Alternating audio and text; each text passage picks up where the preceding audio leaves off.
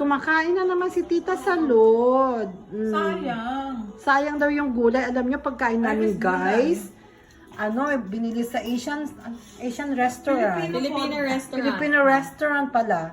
Ito lomi, ito lugaw, arroz caldo, ito pansit, ito tokwat baboy. Ano ba yun? Send ko sa group natin, tita. Ayan, kumakain si Joan ng bibingka. Pwede. Ito naman si Lolo, ginaw na ginaw.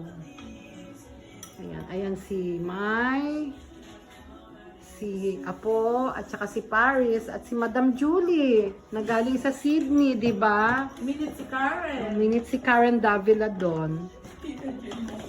Ayun, pupunta na siya sa kwarto. Ewan ko kung matutulog na yata. Ito yung kanilang, anong tawag dito?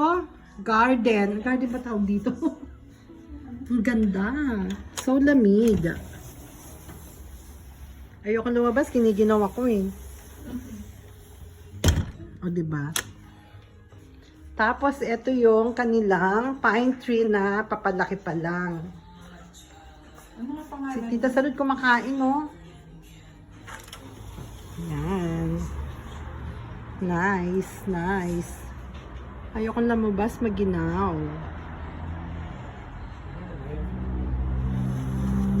Ganda ko ano to, Julia.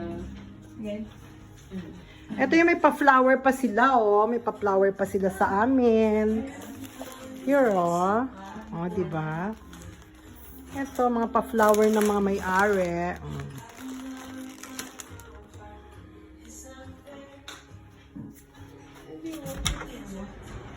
Ito yung kanilang car.